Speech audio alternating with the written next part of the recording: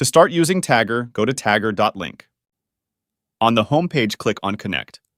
You will have three options: Invite, Internet Identity, and Password. If you have an invite code from a friend, click on Invite.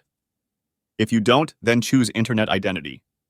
Connect your existing Internet Identity or create a new one. Create a passkey by following the instructions, and you are good to go. If you didn't sign up with an invite link, you must mint credits to use the platform.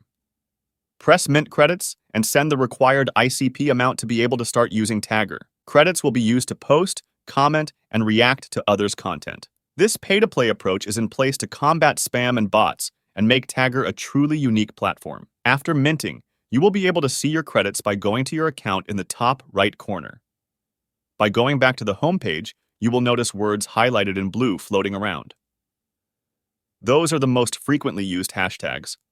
You can tap on them to check every post that used that hashtag recently. Below you have three different tabs: Trending, Personal, and Realms. In the Trending tab, you will find recent popular posts that went viral. By going to the Personal tab, you will see every post from accounts that you follow. And in the Realms tab, you will get the most recent posts from groups that you joined. For example, Memes or Food 101. To interact with the posts, press the plus sign. You will be able to reward your favorite creators by spending credits. Each emoji has a different cost, so be aware of that. By choosing the thumbs down emoji, you can punish the posts you think violate the community guidelines. To reward a post, press and hold on to the desired reward. To comment, simply tap the hamburger menu and express your feelings. Below the post, you will also have options to share, turn on notifications, repost, bookmark, tip, or report the post. To make your first post, go to the top right corner and click on Post. You can type your message, edit the text in different ways, and add images. On the left side, you will be able to see the final result of the post. If you want, you can even add polls to make your audience more engaged. You can type in the options that your followers will be able to vote on after you post.